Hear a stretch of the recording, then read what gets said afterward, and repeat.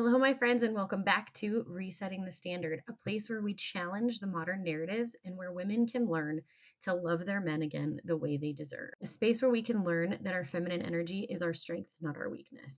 Before I get totally into it, what do you think of the new setup? I'm probably going to try this like 18 more times before I finally found a spot. But I really liked the bench because the bench is our wedding bench and it just has sentimental value. So I'm still going to use it for when I interview people in person, but I had a couple people say that they couldn't really see my face, and so we're gonna try this slightly closer, a little more vulnerable to the camera. Let me know what you think. But today I want to dive into something that I think people really overlook when it comes to Disney movies. It's kind of just like a play fun episode. But I think there's a lot of meaning in this because people hate on Disney movies, and I will hate on Disney currently. Like I hate how woke they've gotten. But traditional Disney movies have a broader picture that I think is really important that we should look at. They always say that the women's rescued by the man, and that's pretty much all anybody focuses on. But what we don't look at is the men who are sacrificing for the women they love. It's so much more than just saving the princess. And just real quick before we get too far into it, of course, we have to thank today's sponsor, which is the Patriot Box. I absolutely love shopping here. My husband loves shopping here. I have to brag on their customer service a little bit. I got an order last month and I was missing my hairspray, and they immediately offered to send one to me or put it in my cart for free on my next month. And then my husband wasn't really enjoying the deodorant that I bought him. So we called and told them our issues, and they literally sent us three new ones. That's like unheard of customer service. So I had to brag on that a little bit, but it's where we get all of our everyday essentials, from deodorant to hairspray to my hair care, my skin care, protein shakes, cleaning supplies, laundry, everything that I would normally get at Walmart besides groceries. I get here and I don't have to worry about any harsh ingredients or anything like that. And the best part is it's shipped right to my door. It's affordable and it's American made. I absolutely love the Patriot Box. I would love to share more information with you. In my link in the description is going to be a dot form request form that you can fill out, and I will send you information on it. Best decision I ever made, honestly. Let's clarify real quick. Best decision I ever made besides marrying my husband. But anyway, let's get back into the meat of the story today. I am really excited about this one. I think there's a huge misunderstood message when it comes to Disney movies. Everybody talks about how Disney movies taught the girl that she needed to be rescued by the man. What they didn't ever think about or portray is that the story was more than just the princess being saved. I think it was more about the sacrifice, the courage, the selfishness by the prince from both sides, but especially from the male perspective of a Disney movie, an original Disney movie. Okay. A lot of the newer ones probably don't have quite the same message, but the older ones, the ones we grew up on, right? Millennial. The men in those movies didn't save women because they were weak. They saved them because they loved them enough to risk everything. And those women, in return, inspired and encouraged courage and love and gave these men something worth fighting for. They weren't just going to save anybody, they had to save somebody that they were willing to give everything up for. And I think that's a great example for men, but also a great example for women to look at in that's what we're looking for, right? So, like in The Little Mermaid, Eric risks his life for Ariel, even though what he didn't realize was she saved him first through her love and her courage. The women in these movies weren't just passive characters, right? They elevated the men to another level. Their love brought out the best versions of these men. That's the essence of the balance of women, femininity and masculinity, right? We inspire courage and love. We bring that out in them. The man takes the action, does the steps towards protecting, providing. Let me break down a couple of things that I mean because I'm not sure I'm portraying this properly.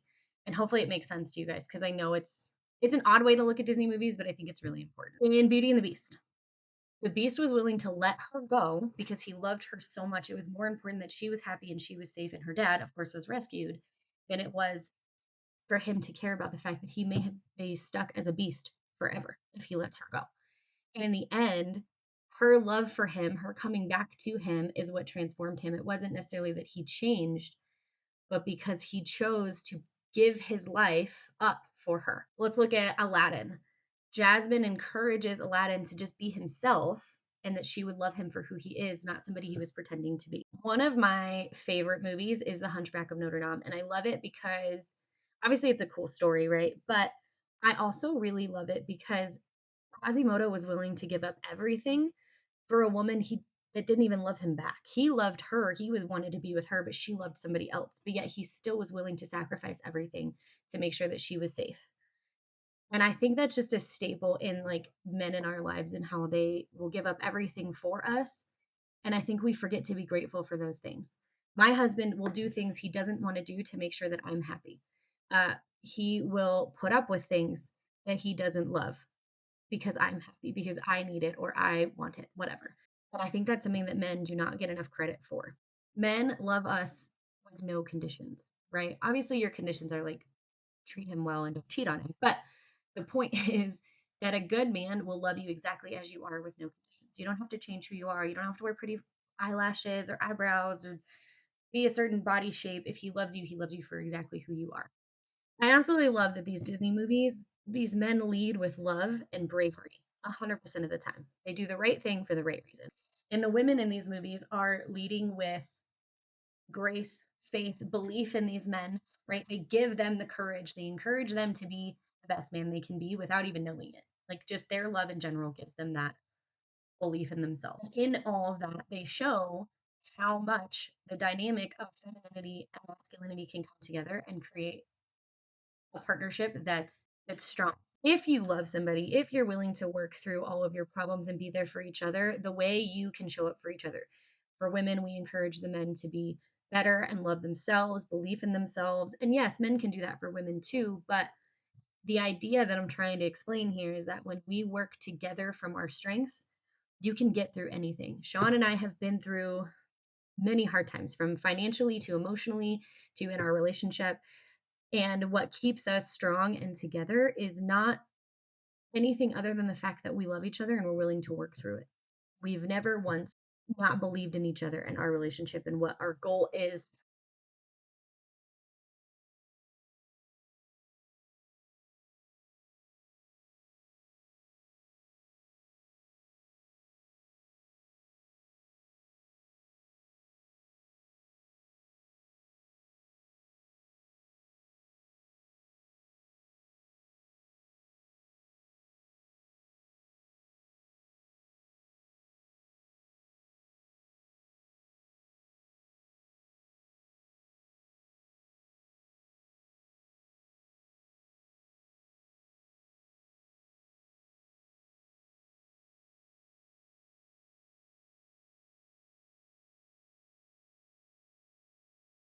60 years from now. One of my other favorite movies growing up was The Lion King. And if you know me, it is absolutely my favorite movie to this day when it comes to Disney. I could literally quote that movie out loud without watching it, like from beginning to end, songs and all. But what I love about the movie, when you look at it from this perspective, is Simba had his father and Rafiki and plenty of people in his life steering him in the right direction. But what it took was Nala believing in who he was for him to remember who he was to get back to the Pride Lands to be king again. The belief from somebody who loved him and knows him, right? Like, and a husband and wife should know each other to that degree. You know what your strengths are, you know what your weaknesses are. And she was willing to give him so much belief, even though he didn't believe in himself. And I think that's a really strong message that, again, I think gets lost in these movies because we don't look at them, theology wise. We don't look at them except for that they're a Disney movie. And I agree to a certain degree, they're movies. But I love movies and I love a good story. So I think that's why it always has kind of hit a certain point for me. Anyway, I'll stop rambling about that. My point is that a good man knows that a woman's love isn't weakness. I was on TikTok this morning, and I started a new thing. I'm going live on TikTok at least every other Friday. I might try every Friday. I'm not sure, but anyway, to debate different topics about society and relationships and whatnot. Anyway, he was talking about how men don't really need women, which I think is a great point. I think there's a lot of aspects that women bring to a man in a relationship, but they really don't need us. They're pretty simple creatures. I mean, obviously, if they want to procreate, they need us. But the other point in that is There is actually scientists out there that are trying to create a way for them to have babies without women. There's already robots, there's already, they're growing babies without a womb or without an actual like physical womb. So, uh, what happens to us if we cannot be good women to stand beside him? What happens when they really don't need us? Man can clean his house, man can do laundry, he can make himself a sandwich. He just likes it when you do it for him. It just makes him feel loved when you do it for him, but he doesn't need you to do it. So what happens when they don't need us? Because technology is doing some weird things lately. Let's just be honest. The point is that men don't need us, but they do like us in their life, which is why they choose us. And if you've been chosen by a good man, the least you can do is be respectful and loving to him. I keep kind of going back to it. It's like there's no reason for you to be bitchy when your husband's over here trying to give you everything you want and you're mad because he loaded the dishwasher incorrectly. If we can't be loving and caring wives, you're not going to inspire anything except anger in your man. He's never gonna feel that love or that encouragement because you're too busy judging him or trying to compete with him instead of just be his other half. Right? All of these terms are a thing for a reason. Yin and yang, other half, better half. All of those things are there for a reason because if we do it right, we uplift each other. I honestly think Disney didn't create an unrealistic expectation of love. They showed an actual blueprint. I think we just stopped paying attention because God forbid a woman be saved by a man. This is where feminism failed.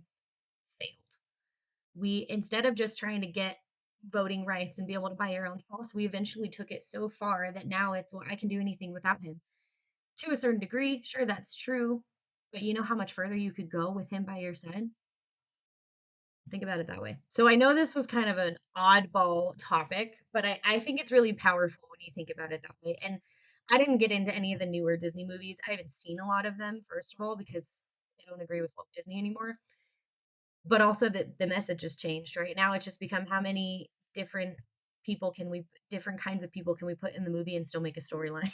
Like it's, even Snoop Dogg is coming out and saying, like, stop putting lesbians in Disney movies. Like, kids don't need to learn about that until they get to a certain age. And it should be a conversation between the parent and the child, not Disney, the parent and the child. But I think we should stop and wonder if maybe it's not about how the man saved the woman, but how each character grew because of the other. Love in a relationship done correctly makes both the king and queen strong. So, my challenge this week is actually a journal prompt, and I did it myself, and I really think it'll be powerful if you do. Pick your favorite Disney couple and answer these three questions. What made their love so powerful? Was it sacrifice, forgiveness, belief? What? How can you reflect that in your own relationship? And what do you want your real life fairy tale to look like? All of these things incorporated should help you give a goal, right? An expectation for yourself. And what I want you to do is maybe even if you've got a relationship that way or if you feel up to it, share with your husband. Maybe don't make him do the job because he won't like that. But maybe share what you're thinking to him and have that conversation and just see what he thinks and maybe it would uh, open a conversation of a relationship goal that maybe neither of you thought of. I would absolutely love it if you put a post up in my Facebook group if you're in there, or if you want to go in there. Or you can, of course, DM me and let me know how it worked, what you thought. Shoot, tell me it didn't work. I don't care, but give me some feedback. I would love that. And with that, that is all I have for you this week. I really hope, even being an oddball topic, the idea came through the screen well. I hope it stirred something in you. Maybe just think of Disney. If that's all you do is think of Disney movies better, I guess it's a win for the day.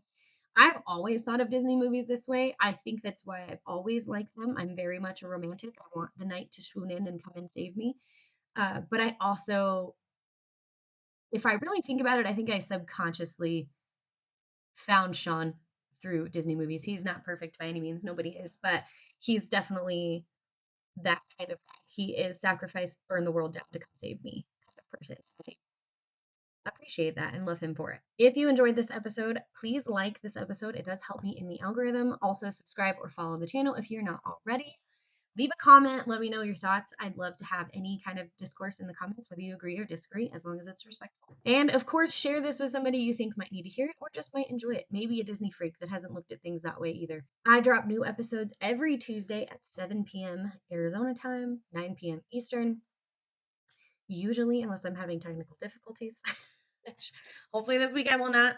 And don't forget that you can find all of my links in my campsite below, whether it is you're interested in the sponsor, you want to be a guest on the show, my Facebook group, my website, anything to that degree. My Facebook group is a great place where we can have conversations behind the scenes. Like I said, go post in there, go chat. It's still fairly new, so I would love to have you there. And remember to always love him like a king. I can't wait to see you next time.